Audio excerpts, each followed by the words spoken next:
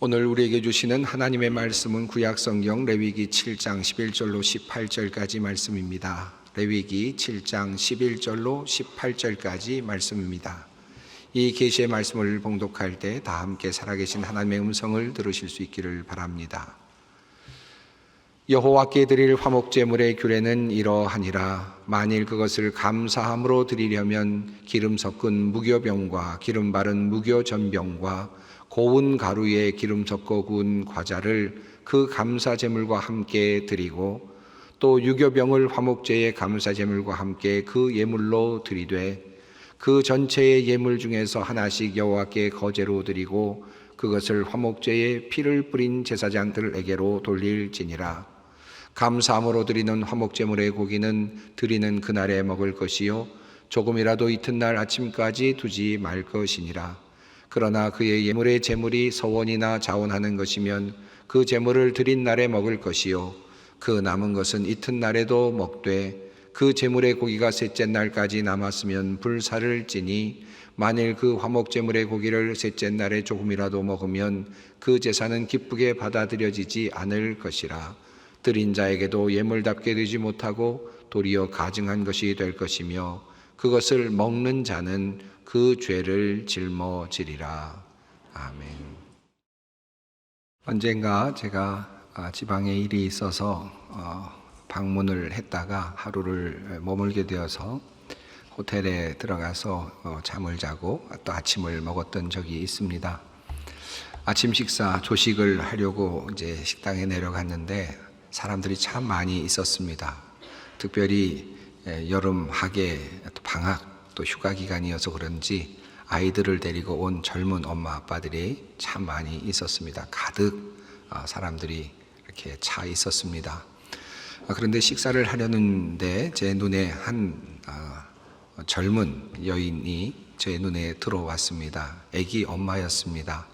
아이 둘을 데리고 음식을 먹고 있었는데 그 얼굴이 얼마나 힘이 들어 보이는지 제 눈에 잡힌 겁니다. 뭔가 살기 싫어하는 듯한 그런 표정과 한숨 섞인 표정이 계속 번갈아 드러났습니다.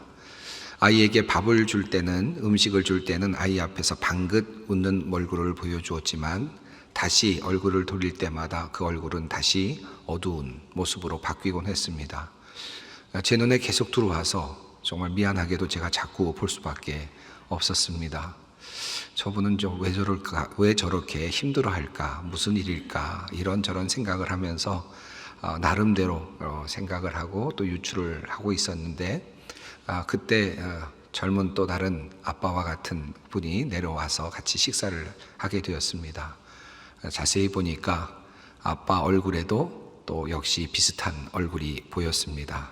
두 사람의 얼굴에 전쟁 중이라는 느낌이 보였습니다.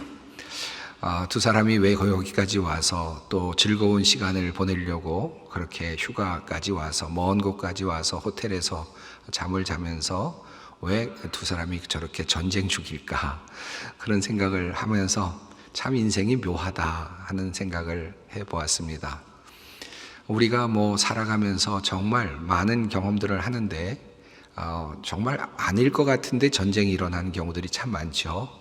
가정에서도 전혀 전쟁이 일어날 것 같지 않았는데 갑자기 전쟁이 일어나는 경우도 있고 또 회사에서도 그렇고 일터에서도 여러 가지 또 사회에서도 교회에서도 여러 국가에서도 이런 일들이 참 많이 일어납니다.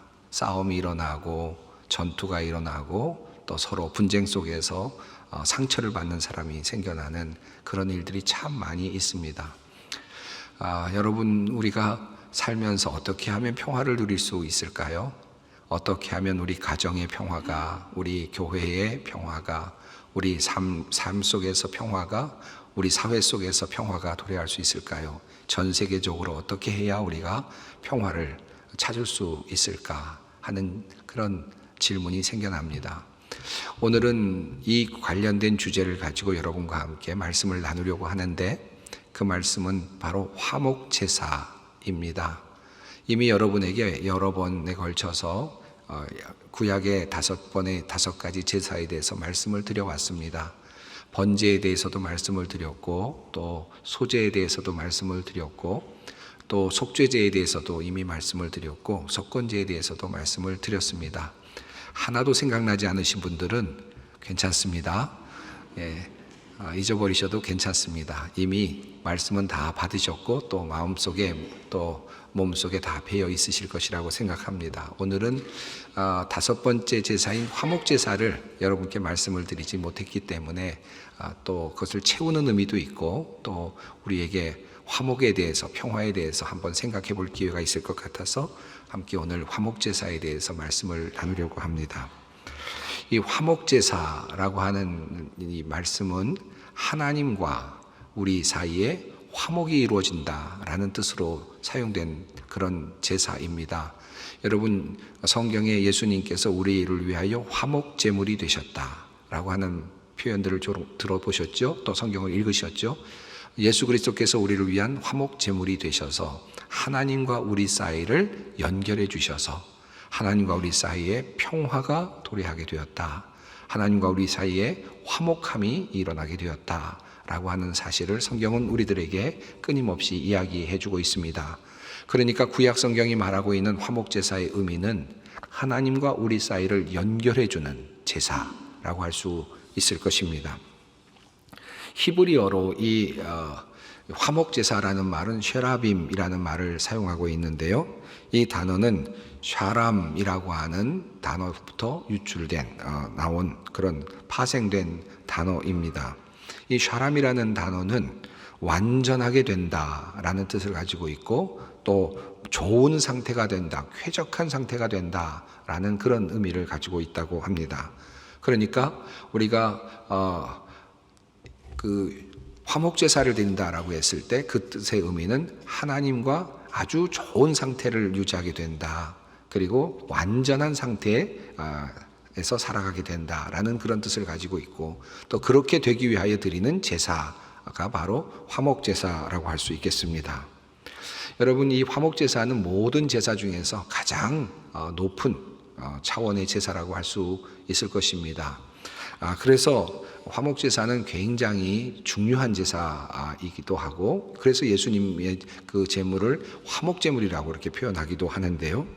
그런데 흥미롭게도 성경을 읽어 내려가다 보면 이 화목제사가 정말 우월한 제사인가, 차별되는 그런 높은 차원의 제사인가 의심하게 되는 몇 가지 내용들이 있습니다. 첫 번째로 도리어 우월하다기보다는 열등한 제사가 아닐까, 낮은 차원의 제사가 아닐까 의심하게 되는 첫 번째 사례가 하나 있는데요. 그것은 바로 제사를 잡는, 제물을 잡는 위치입니다. 번제와 속죄제, 석건제, 이 모든 것들은 성막 안에서 제물을 잡도록 되어 있죠. 그래서 성막 안에 들어가서 번제단 북쪽에서 제물을 잡도록 그렇게 되어 있습니다. 레위기 1장 11절 말씀입니다. 그가 제단 북쪽 여호와 앞에서 그것을 잡을 것이요, 아론의 자손 제사장들은 그것의 피를 제단 사방에 뿌릴 것이며, 이렇게 말씀이 되어 있습니다. 그러니까 그 모든 그 제사들은 일반적으로 제단 앞에서 제물을 잡게 되죠. 이에 비해서 화목제물의 희생은, 화목제물을 잡는 경우는 회막문 앞에서 잡도록 되어 있습니다. 레위기 3장 말씀입니다. 그 예물의 머리에 안수하고 회막 앞에서 잡을 것이요, 아론의 자손은 그 피를 제단 사방에 뿌릴 것이며, 이렇게 말씀이 되어 있습니다. 그러니까 회막 안이 아니고 회막 앞입니다. 그러니까 성막 안으로 들어가는 것도 아니고 가려진 것도 아니고 바로 앞에서 바로 이 화목제사 제물을 잡으라라고 하는 것입니다. 노출된 장소에서 잡는 것이고, 누구나 다 보는 자리에서 제물을 잡게 되는 것이죠. 두 번째는 제물의 종류입니다. 화목제사 제물은 다른 제사의 제물보다 훨씬 더 종류가 다양하게 열려져 있습니다. 예를 들어서 번제의 경우에는 숫소, 숫양, 그리고 숫염소만으로 이렇게 한정이 되어 있죠. 그래서 반드시 그렇게 숫양과 숫염소, 숫소로 드려야만 합니다. 그래야 효력이 발생을 하지요. 그런데 화목제의 경우에는 드려지는 제물이 다양합니다. 숫소, 암소도 됩니다. 그리고 또 숫양이지만 암양도 됩니다. 그리고 숫염소 필요하지만 암염소도 가능합니다. 이렇도록 많이 제물의 종류가 열려져 있습니다. 번제의 종류보다 훨씬 더 드릴 수 있는 제사의 그 제물의 종류가 많다라는 것이죠. 저라면 제가 만약에 이것 모든 것을 또 디자인하는 한 사람이라면, 존재라면, 저는 최고의 가치 있는 이 화목 제물을 드릴 때에는 뭔가 좀 더 특별한 제물을 바치도록 하거나 또는 어려운 제물을 바치도록 할 것 같습니다. 예를 들어서 반드시 숫소야만 된다, 양도 안 되고 염소도 안 된다라고 하든지, 아니면 그보다 훨씬 더 무거운 또는 큰 제물을 지칭해서 그것만큼은 이것으로 드려야만 최고의 가치가 있는 희생인 바로 화목 제물을 드리는 것이다 라고 그렇게 지정을 할 것 같습니다. 그런데 하나님께서는 도리어 그렇게 하지 아니하시고 많은 다양한 그런 제물들을 열어놓으시고는 이것을 드리면 화목할 수 있다라고 그렇게 열어주셨습니다.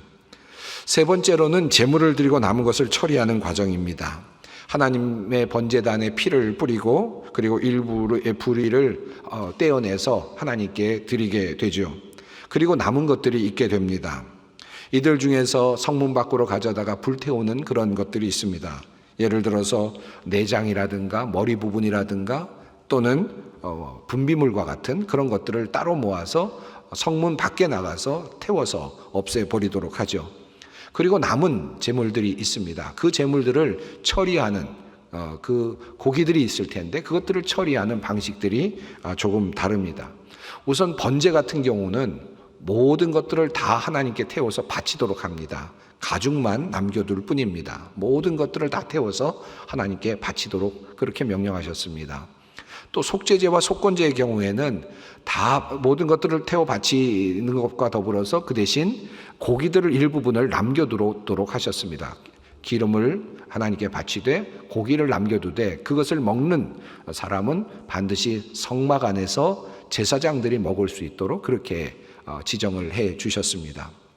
자, 그런데 이 화목제사의 경우에는 기름을 바친 다음에 그 다음에 하나님께 드리는 제물을 바친 다음에 남은 고기들을 제사장들이 먹을 수 있도록 그렇게 열어두셨을 뿐만 아니라 한 걸음 더 나아가서 제사를 드린 본인 평민도 먹을 수 있도록, 성도들이 먹을 수 있도록 열어두셨습니다. 더 나아가서 가족들도 먹을 수 있게 했고 누구든지 먹을 수 있도록 그렇게 열어두셨습니다. 이것이 가장 최고의 차원인 화목제물을 또 소비하는 그런 방식이라고 할 수 있겠습니다. 최고의 가치 있는 제사라고 한다면 저 같으면 도리어 반대로 아무도 먹지 못하게 하거나 완전히 다 태워서 하나님께 드리게 하거나 하는 방식으로 그 가치를 높일 것 같습니다. 번제가 모든 것을 다 태우되 가죽만 남겨두었다면 저 같으면 화목제사는 가죽까지도 모두 태워버리는 방식으로 완전히 소멸시키는 방식으로 최고의 가치 있는 제사를 그렇게 디자인했을 것 같습니다. 그런데 하나님께서는 그렇게 하지 않으셨습니다. 도대체 이것이 과연 최고의 가치 있는 평화를 만드는, 하나님과 평화를 만들어내는 수준의 그런 제사라고 할 수 있을까?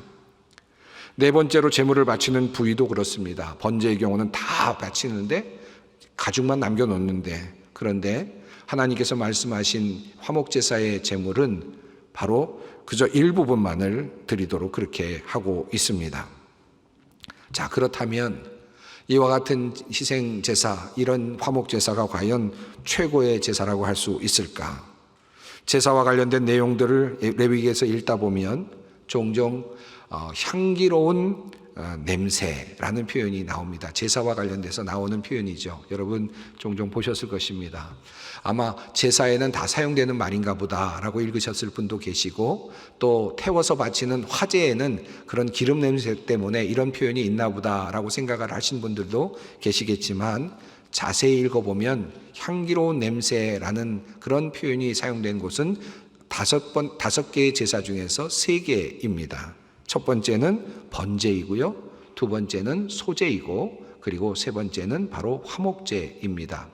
속죄제와 속건제의 경우에는 향기로운 냄새라는 표현이 없습니다. 한번 생각해 봤습니다. 왜 향기로운 냄새라는 표현이 없을까?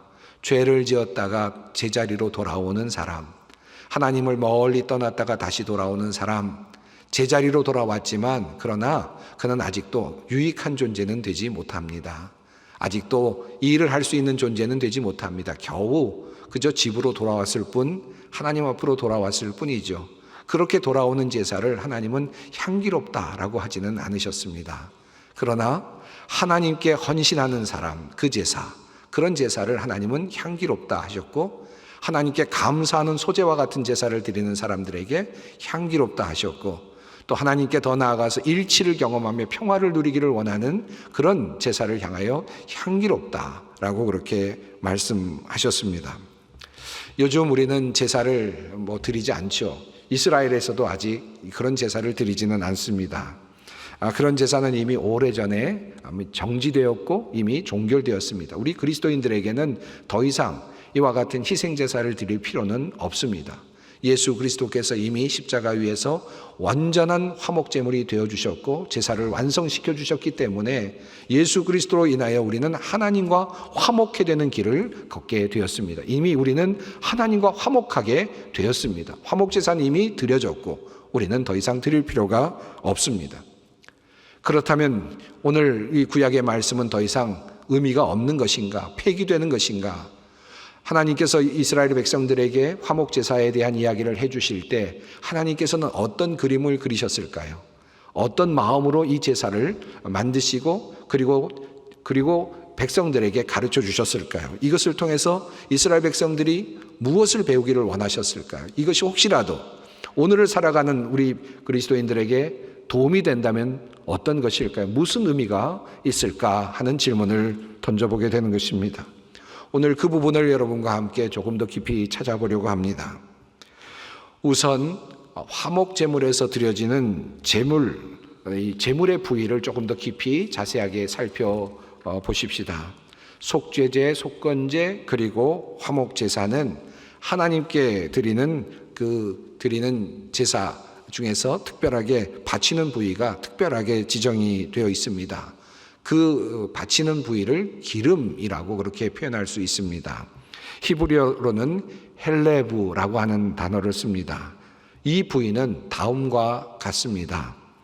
그는 그 중에서 예물을 가져다가 여호와께 화제를 드릴지니 곧 내장에 덮인 기름과 내장에 붙은 모든 기름과 두 콩팥과 그 위의 기름 곧 허리 쪽에 있는 것과 간에 덮인 거풀을 콩팥과 함께 떼어낼 것이요 제사장은 그것을 제단 위에서 불사를 찌니 이는 화제로 드리는 음식이요 향기로운 냄새니라 모든 기름은 여호와의 것이니라.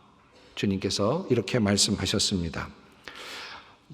모든 기름은 여호와의 것이다. 그러므로 모든 기름은 여호와께 돌려져야 된다라는 말씀이고, 특별히 이렇게 말씀하신 이 헬레브는 크게 네 가지 부위로 나누어질 수 있습니다. 우선 첫 번째는 내장에 덮인 기름이라고 되어 있고, 두 번째는 내장에 붙어 있는 다른 기름들이라고 되어 있습니다. 모든 기름들이라고 표현이 되어 있습니다. 그리고 세 번째로는 두 콩팥 곧 허리 쪽에 있는 기름이라고 되어 있고요. 그리고 네 번째는 간과 간에 붙어 있는 껍질이라고 이렇게 되어 있습니다. 이 부분들을 하나님께 바치라. 이것이 바로 화목제사의 제물이다라고 그렇게 말씀하고 있습니다. 어떤 제물이든지 송아지이든지 소든지 아니면 양이든지 염소이든지 간에 바로 이 부위를 찾아서 이 부위의 기름을 찾아서 하나님께 바치라라는 명령입니다. 자, 그렇다면 하나님께서는 왜 이 부위를 특별하게 지정하시고 바치라고 하시는 것입니까? 물론 기름 타는 냄새가 우리들에게 향기롭게 그렇게 비춰질 수도 있겠죠. 느껴질 수도 있겠죠. 하지만 하나님은 속죄제, 속건제의 경우에는 이런 기름 태우는 것을 향기로운 냄새라고는 하지 않으셨습니다. 왜 하나님께서는 이 기름을 바치라고 하셨고 그리고 화목제물에 대해서는 이것이 향기로운 냄새라고 말씀을 하셨을까요? 시편 50편에 이런 말씀이 있습니다. 내가 내 집에 숫소나 내 우리에서 수점소를 가져가지 아니하리니 이는 산림의 짐승들과 뭇 산의 가축이 다 내 것이며 산의 모든 새들도 내가 아는 것이며 들의 짐승도 내 것임이로다.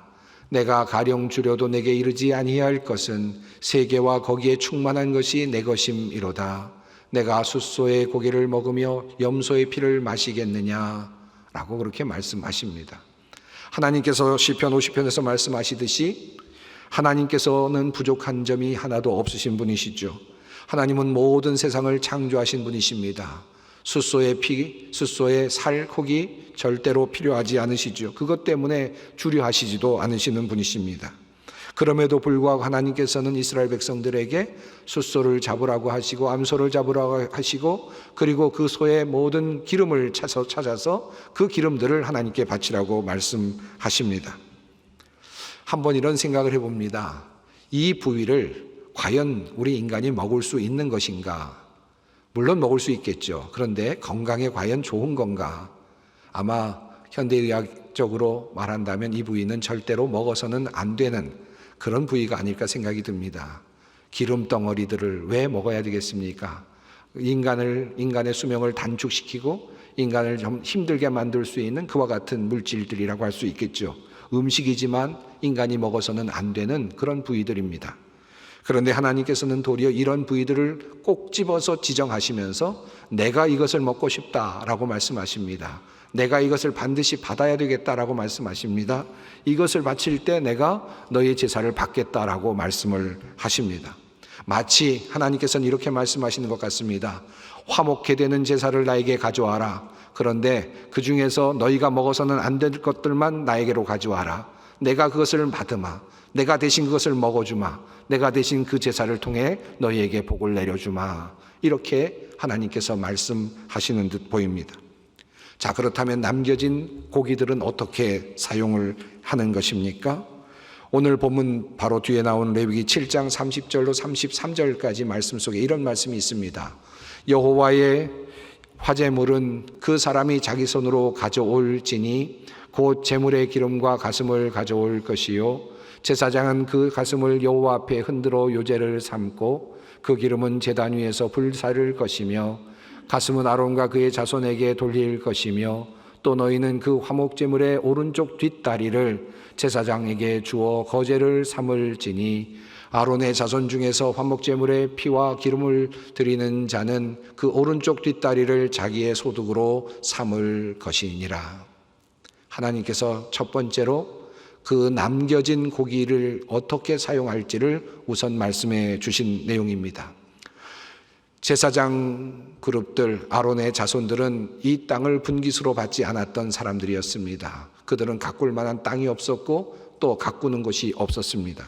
그래서 그들은 먹고 살 수가 없는, 스스로 먹고 살 수 없는 사람들이었죠. 그들에게 하나님께서는 가슴살을 떼어주라고 말씀하시고 그리고 오른쪽 다리를 주라고 그렇게 말씀하셨습니다. 땅을 기업으로 받지 못한 사람들에게 주시는 하나님의 또 다른 선물이기도 했습니다. 가슴을 들어서 흔들어 요제를 삼고 그것을 제사장에게 던져주라는 것입니다. 그리고 또 오른쪽 다리를 들고 하나님께 바친 다음에 그것을 제사장에게 주라는 말씀입니다. 그렇게 함으로써 먹을 수 없었던 사람들, 배고파하는 사람들이 먹을 수 있도록 하라는 하나님의 계획, 하나님의 명령이었습니다. 이 말씀을 오늘날 어떻게 해석하면 좋을까요? 혹시 목회자에게 이것을 바치라 하는 것으로 이해할 수도 있을지 모르겠습니다. 그러나 저는 이 말씀을 이렇게 생각합니다. 분깃이 없는 당시의 사람들이었습니다. 제사장 그룹은 바로 분깃이 없는 사람들이었습니다. 땅을 기업으로 받지 못한 사람들이었습니다. 스스로 생존이 불가능한 사람들이었습니다. 그런데 그들에게 하나님께 드렸던 바로 그 제사의 일부분을 나누어 드리라는 것입니다. 오늘날로 생각한다면 이 땅을 기업으로 받지 못하는 가난한 사람들이 아닐까요? 또는 이 땅에서 제대로 힘주어 살지 못하는, 그리고 배고픔 속에서 앞날을 걱정하며 살아야 되는 어려운 이웃들, 그 중에서도 성도들이 아닐까 하는 생각을 해보았습니다. 모든 만인들이 우리는 하나님의 대제사장들 아닙니까? 모든 성도들이 다 하나님 앞에 제사장들 아닙니까? 그런 면에서 성도들 중에서 가난한 사람들, 어려운 사람들, 그런 사람들에게 먹을 것을 나누어 주라는 하나님의 명령처럼 이 말씀이 저에게는 읽힙니다. 그리고 이어지는 말씀은 더욱더 파격적입니다. 오늘 본문 말씀 내용입니다. 감사함으로 드리는 화목제물의 고기는 드리는 그날에 먹을 것이요 조금이라도 이튿날 아침까지 두지 말 것이니라. 그러나 그의 예물의 제물이 서원이나 자원하는 것이면 그 제물을 드린 날에 먹을 것이요 그 남은 것은 이튿날에도 먹되 그 제물의 고기가 셋째 날까지 남았으면 불사를 지니 만일 그 화목제물의 고기를 셋째 날에 조금이라도 먹으면 그 제사는 기쁘게 받아들여지지 않을 것이라. 드린 자에게도 예물답게 되지 못하고 도리어 가증한 것이 될 것이며 그것을 먹는 자는 그 죄를 짊어지리라. 이미 화목제사 이후에 그 제물을 모두가 다 나눠 먹을 수 있다라는 말씀을 드렸습니다. 그런데 한 가지 조건이 있습니다. 감사제사의 경우에는 하루 동안에 먹어라 라는 것이고 서원제사나 또는 자원제사의 경우에는 이틀까지 먹을 수 있되 3일째에는 절대로 먹어서는 안 된다라고 하는 규정입니다. 이 본문 말씀은 화목제사가 세 수로 구별되고 있음을 우리에게 알려주고 있습니다. 첫 번째는 토다라고 하는 제사입니다. 감사의 제사입니다. 이 제사는 반드시 소제와 더불어서 하나님께 드리도록 그렇게 구성이 되어 있습니다. 그리고 두 번째는 네데르라고 하는 제사입니다. 이것은 서원 제사를 의미하고 세 번째로 네다바라고 하는 제사입니다. 이것은 자원으로 드리는 제사를 말합니다. 이렇게 드리는 제사를 하나님께 드리는 화목제사라고 그렇게 말씀하고 있습니다. 그런데 이 제사를 드릴 때 서원을 하고 드렸던 자원을 하고 드렸던 이렇게 드린 사람은 첫째 날과 둘째 날까지 먹을 수 있대. 그러나 셋째 날에는 먹을 수 없다. 만약에 그렇게 먹게 되면 그것은 불경한 제사가 될 것이고 효력을 발생하지 않게 될 것이고 도리어 그 제물을 먹은 사람은 죄가 있게 된다라고 말씀을 합니다. 여러분, 소의 경우에 대략 다르지만 700에서 800kg 정도의 그런 몸무게를 가지고 있다고 합니다. 그 중에서 뼈와 그리고 내장 부분들 이런 것들을 빼고 나면 살코기로 얻을 수 있는 것이 300에서 400g 정도가 된다고 합니다. 그 중에서 가슴살 또는 오른쪽 다리살을 빼낸다 하더라도 많은 양의 고기가 남았겠죠. 이것을 누구나 먹을 수 있습니다. 그리고 이 모든 것의 책임은 제사를 드린 사람이 지게 됩니다. 모든 것을 나눌 수 있는 권한도 그에게 있습니다. 하루 만에 먹어야 되는 제물이 있고 이틀 안에 먹어야 되는 제물이 있습니다. 그 시간이 지나고 나면 그것은 모두 효력을 잃게 됩니다. 여러분, 이것을 어떻게 사용하시겠습니까? 홀로 먹으시겠습니까? 배가 터지도록 먹으시겠습니까? 아니면 그것을 나누시겠습니까? 성경은 분명하게 나누라라는 말은 하지 않지만 나눌 수밖에 없는 상황을 만들어가고 있습니다. 이것이 바로 하나님의 배려이고 하나님의 뜻입니다. 옛날 우리나라에서도 배를 굶었던 때가 많아서 밥 먹었냐, 진지 잡수셨느냐 이렇게 묻곤 했는데 이스라엘 백성들 그 고대 시대에 얼마나 배가 고팠겠습니까? 그런데 하나님께서는 그들에게 먹을 것을 주시면서 그들이 함께 고기를 나눠 먹을 수 있는 그런 시간을 만들어 주십니다. 그 시간이 바로 하나님께 화평을 이루는 바로 화목의 제사, Peace Offering이라고 할 수 있습니다. 참으로 놀라운 하나님의 배려이고 섭리입니다. 이것이 바로 이 땅의 평화를 이루는 길이다라고 하나님은 말씀하시는 것입니다. 그러고 보면 하나님께서 왜 특별하게 화목제사의 규정을 다른 제사와 다르게 만들으셨는지 조금은 이해가 됩니다. 첫 번째로 화목제사의 제물은 회막 문 앞에서 잡습니다. 다른 제물은 성막 안에서 비밀스럽게 잡지만 모두가 드러나는 장소에서 제물을 잡습니다. 누구든지 배고픈 사람은 오늘 누가 어느 집에 화목제를 드리고 있는지 알게 됩니다. 공개적으로 드러남으로 숨길 수 없을 것입니다. 나의 가족들도 먹어야겠지만 그러나 다른 사람들도 먹을 수 있습니다. 찾아오는 많은 사람들에게 나누어 줄 수 있었을 것입니다. 둘째로 하나님은 다른 제사와는 달리 숫소와 암소, 수량과 암양, 수렴소와 암염소 이렇게 다양한 제물을 그렇게 허락해 주셨습니다. 만약에 특정한 한 제물만, 아주 희귀한 한 제물만 하나님께서 정하셨다면 이 화목제물은 아마 흔하게 드려지지 못했을 것입니다. 하나님께서 원하셨던 것은 이 화목제사가 흔히 드려지기를 원하셨습니다. 자주 드려지기를 원하셨습니다. 다양한 방식으로 제물이 모자라서 못 드려지는 그런 경우가 없기를 원하셨습니다. 드리기를 원하기만 한다면 얼마든지 드릴 수 있도록 하시고자 하시는 하나님의 배려가 있었습니다. 왜냐고요? 많은 다른 사람들에게 고기를 먹여주고 싶으셨기 때문입니다. 하나님께서는 이 특별한 화목제사의 경우에는 산비둘기나 또는 집비둘기와 같은 작은 제물을 바치라고 하지는 않으셨습니다. 큰 제물을 바치고 남은 고기들을 나누라고 말씀하셨습니다. 사랑하는 성도 여러분, 평화는 어디에 있습니까? 평화는 우리가 어떻게 해서 얻을 수 있습니까? 오늘도 여전히 러시아와 우크라이나는 전쟁 중입니다. 또 미국과 중국은 첨예한 대립을 지금 이어가고 있습니다. 또 우리 주위에서 수많은 작은 분쟁들, 싸움들이 계속되고 있습니다. 사회적으로도 또 정치적으로도 경제적으로도 교회 안에서도 다양한 싸움들이 계속 이어지고 있습니다. 물론 자세히 살펴보면 시비를 가릴 수 있는 것도 있고 잘못한 사람이 있는 것도 사실입니다만은 조금 더 시야를 넓혀서 위에서 내려다보면 결국은 밥 싸움이고 밥그릇 싸움이고 또는 고기를 얻고자 하는 그러한 첨예한 싸움이 아닌가 하는 생각을 해보게 됩니다. 동물들이 살아가면서 결국 고기를 차지하기 위해서 끊임없이 경쟁과 싸움을 하는 것처럼 우리들도 그렇게 살아가고 있지 않습니까? 결국 우리 인간들도 문명사회 속에서 그럴듯한 모양새는 갖추고 있을지 모르지만 내가 먹고 싶은 고기, 차지하고 싶은 그 밥그릇을 놓고 우리가 지금 또 싸우고 있는 것은 아닌가 하는 생각이 듭니다. 그러나 그와 같은 싸움 속에서는 결코 우리는 평화를 얻을 수 없습니다.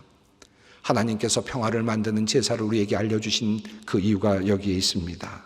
바로 내가 드린 그 제사를 통하여 내가 얻은 그 고기를 다른 사람과 나눌 때 그것들을 나누면서 사랑의 공동체를 만들고 평화의 공동체를 만들어 갈 때 참다운 화목제사의 의미가 살아난다고 성경은 우리에게 말씀하고 있는 것입니다. 우리 예수 그리스도께서 이미 우리의 화목제물이 되셔서 하나님과 우리 사이를 화평케 하셨습니다. 그러므로 우리는 더 이상 그것과 관련하여 제사를 드릴 필요는 없습니다. 그러나 하나님께서는 그렇게 우리를 하나님과 화목케 하시고 우리에게 화목케 하는 직분을 우리에게 선물로 주셨습니다. 우리가 가진 것을 가지고 이제 우리 어렵고 힘든 가난한 성도들을 우리가 어떻게 도울지, 또 가난한 이웃들을 우리가 어떻게 도울지, 그것이 어떻게 해서 평화를 만드는 제사가 되는지 깊이 생각할 수 있는 귀한 오늘 이 아침이 되기를 바랍니다. 함께 기도하겠습니다. 거룩하신 하나님, 화목제사의 비밀을 열어 보여주시고 우리로 하여금 살아야 할 길을 가르쳐 주시니 감사합니다. 진정한 평화를 만드는 주님의 자녀들이 되게 하옵소서. 나의 것을 내어놓을 때에만 진정한 평화가 있음을 다시 깨닫습니다. 전쟁과 싸움이 그치지 않는 이 세상 속에서 참다운 하나님의 사람으로 평화를 만드는 주님의 제자들로 살아가도록 우리를 인도하여 주시옵소서. 예수님의 이름으로 기도드리옵나이다. 아멘.